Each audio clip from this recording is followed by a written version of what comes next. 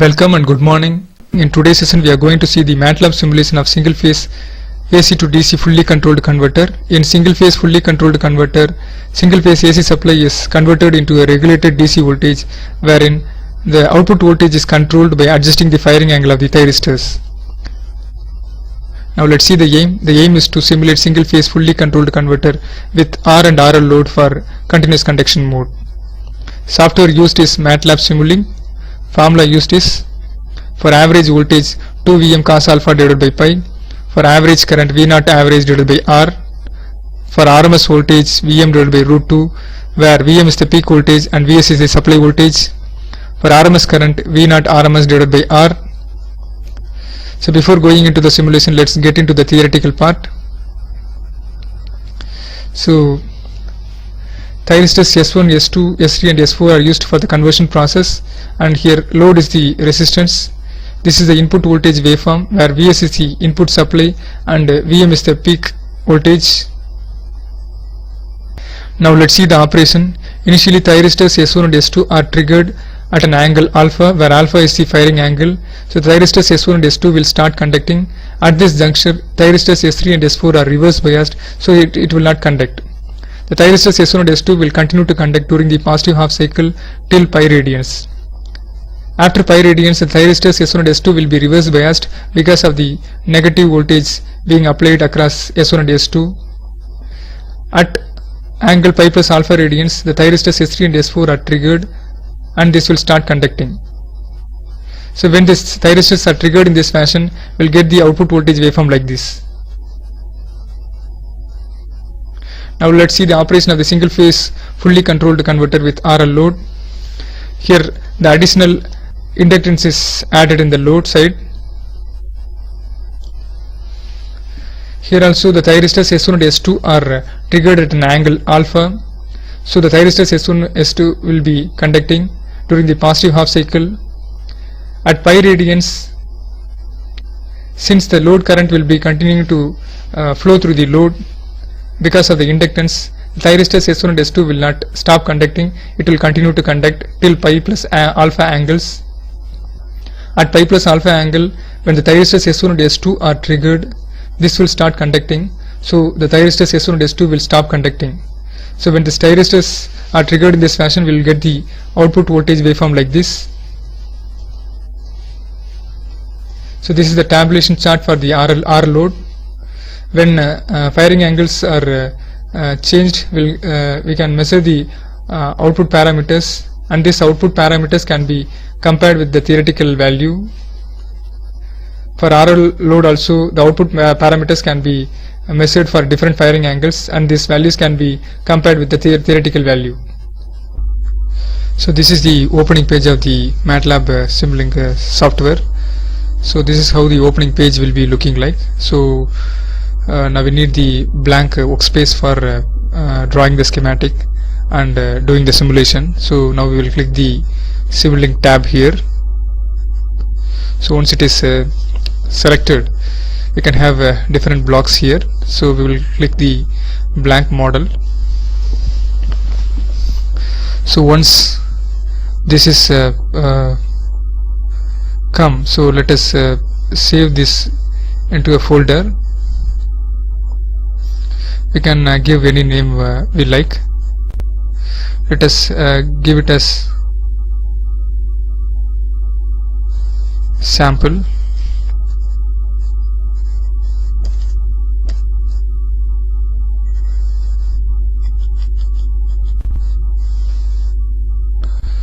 Let's save it. So now we need the file is saved as a sample, and these are all the parameters that we need for the simulation.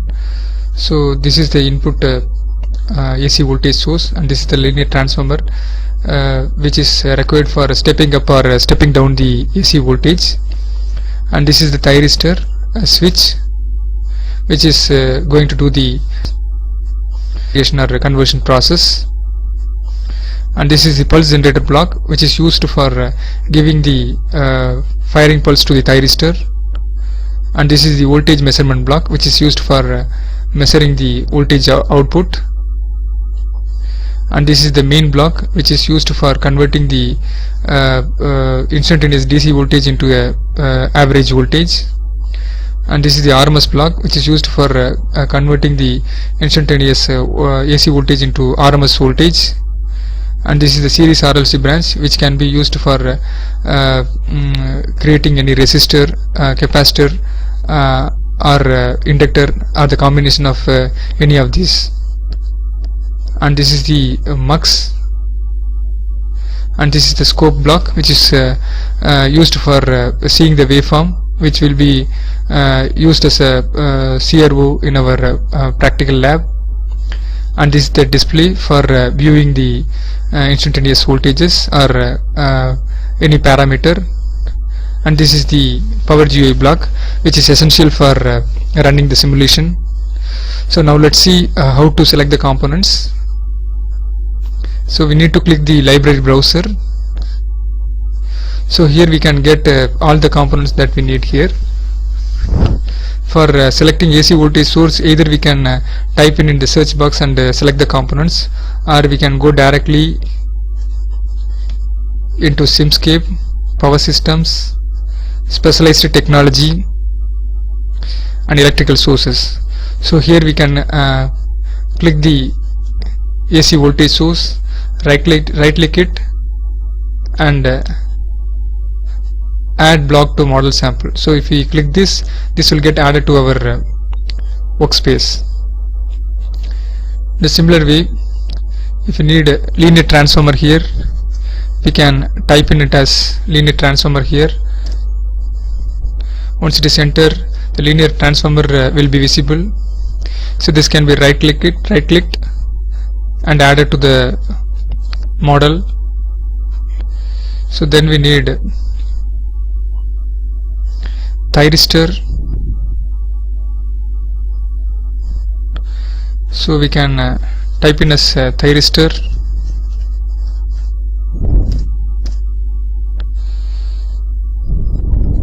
So thyristor block is available, so this we can add it. Next we need a pulse generator. So we can click in as pulse generator, or we can go to the sources. We can find pulse generator here, we can add it. Then voltage measurement block.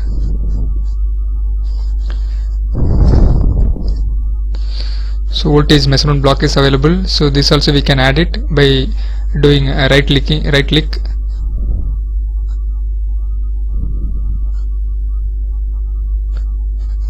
Next we need mean and RMS block.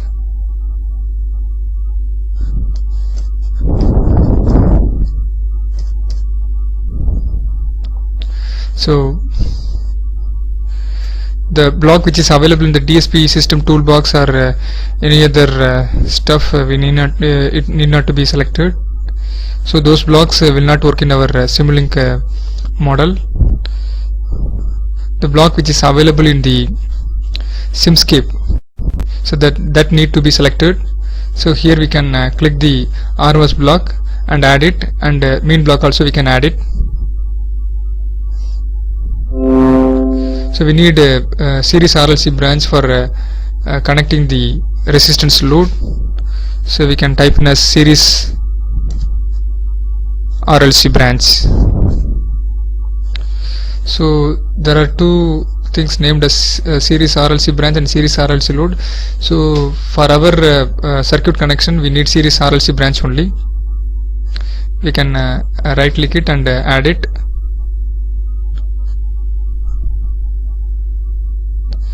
Then we need a scope and a display.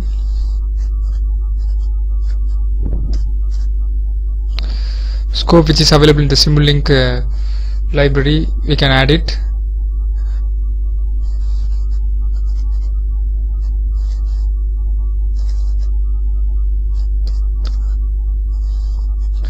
Display which is available in the simulink can be added.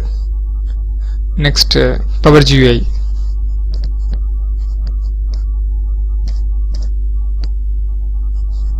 So this also we can add it.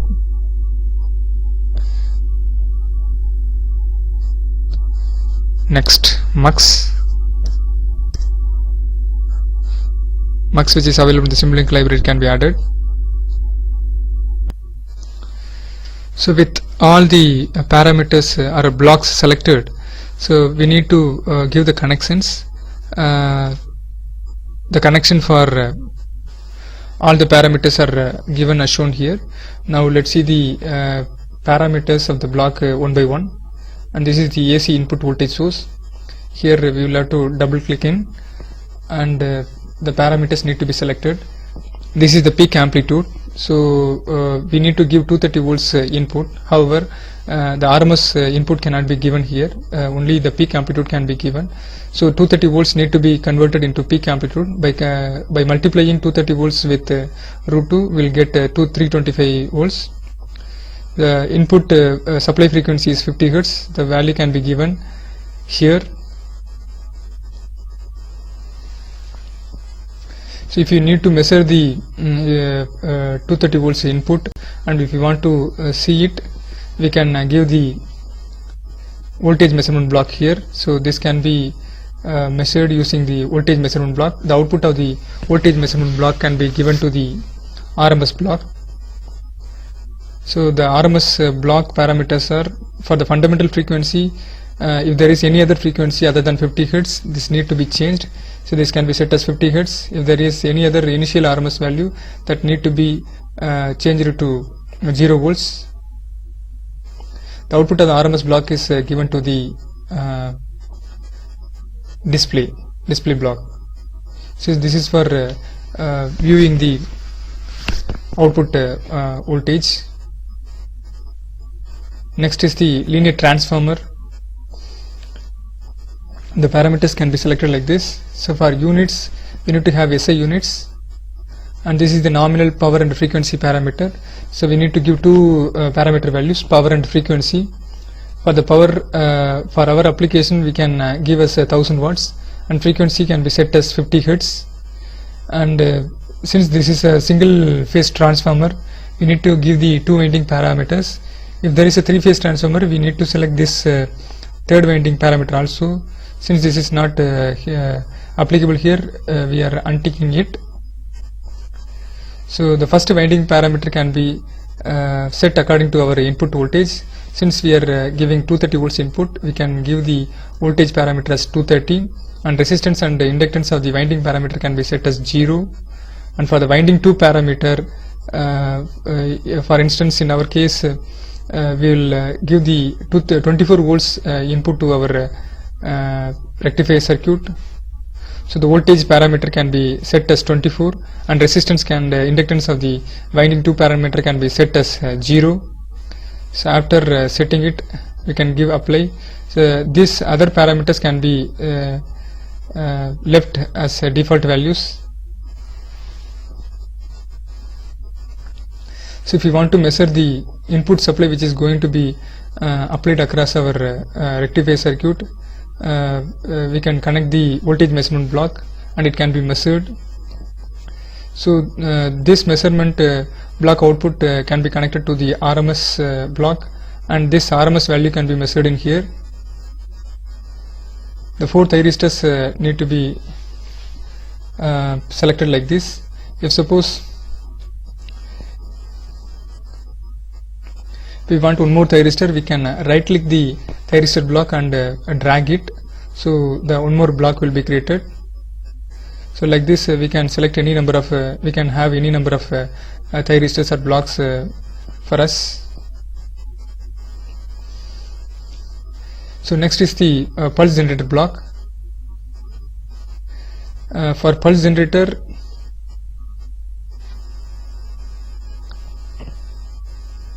this is the block which is going to decide the firing angle of the thyristors. So the block parameters can be set like this. So the amplitude can be any, it can be 1, 2 or any other value. So this is not going to change our firing pulse amplitude. Period, since we are going to operate with 50 Hz frequency, the period can be given as 1 by 50 or 0.02. Pulse width, here a small pulse can be given. So we can give 5 or 10 whatever value we want to give. So this is not going to make any difference. So now for instance we will give 5 as the pulse width here, and phase delay. For setting the phase delay parameter, we need to do the calculation. For input supply frequency 50 Hz, the time period will be 0.02 seconds, and for firing angle, so we need to do the calculation as shown here. 0.02 seconds is the complete time period of one cycle. So for one cycle, the angle will be 360 degree. For 30 degree angle, the after doing calculation, we will get 0.0016 as the value. This 0.0016 can be given as the phase delay in our pulse generator block for firing angle 30 degree. And for pi plus 30 degree, that is for the firing angle which is need to be given to the thyristors S3 and S4. It shall be pi degree away from our firing angle of the thyristor S1 and S2.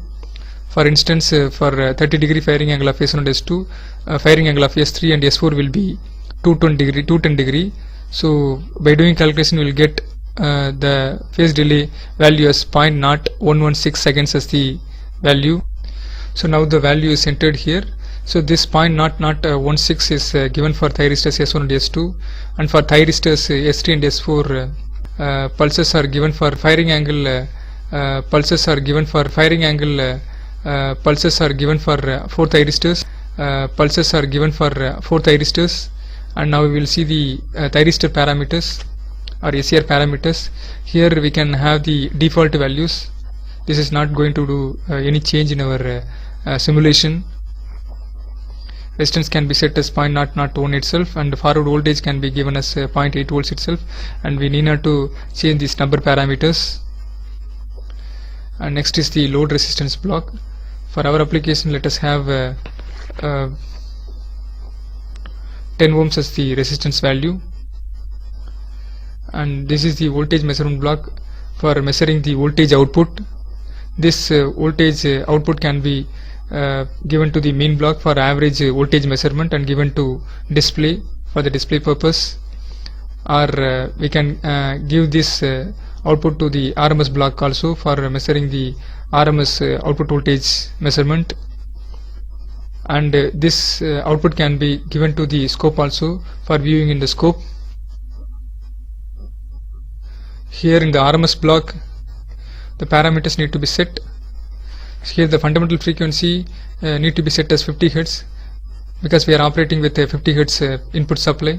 If suppose this is having some other value, this need to be changed to 50 Hz, and main block parameter also need to be set as 50 Hz only. And next is the scope.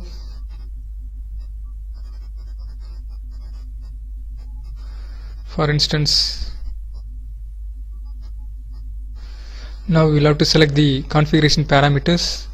If suppose in the logging tab, if the limit data points to lost are enabled, this need to be disabled, because we need to view the whole simulation. After setting it, give it as OK.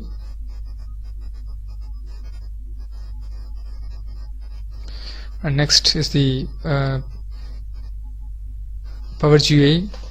The simulation type can be set as discrete for our application, for our simulation purpose, and this sample time can be kept as default value. And this is the configuration parameter setting. Here solver selection can be selected as variable step, and OD23TB stiff TR BDF F2. Once this is set, now we can start running the simulation.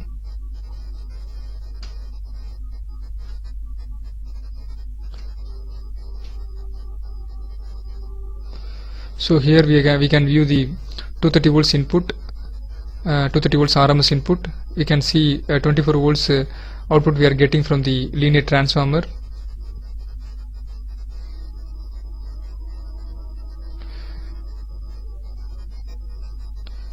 Now the simulation is running.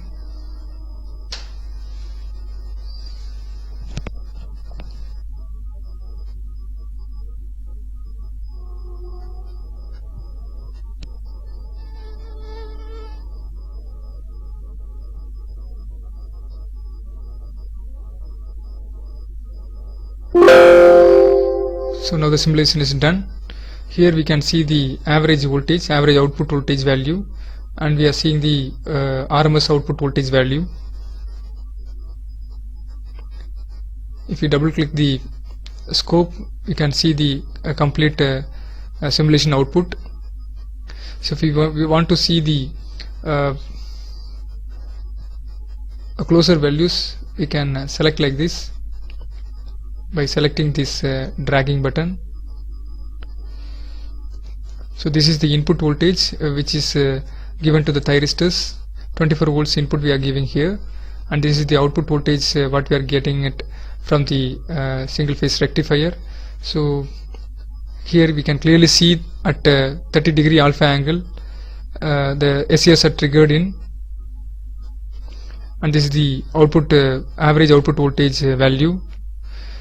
So here we can see both input and output voltage values. The average voltage that we are getting it as 18.93 for the input RMS voltage 24 volts. Now let's compare this simulated value with the theoretical value. So input voltage is 24 volts. So the output voltage calculation is 2 Vm cos alpha divided by pi. For 24 volts input, the peak output peak voltage will be 33.936. By multiplying 24 volts into 1.414, we will get 33.936. So by doing the calculation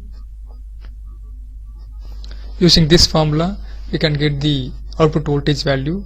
Now let's verify the value. We know Vm is 33.936. This can be multiplied with 2, and for cos alpha, that is cos 30°, the value is 0.866.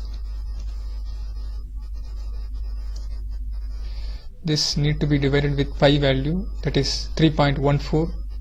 We are getting 8.7 volts. So the theoretical value and the simulated values are matching. That's all as far as simulation of a single phase fully controlled converter is concerned. Thanks for watching.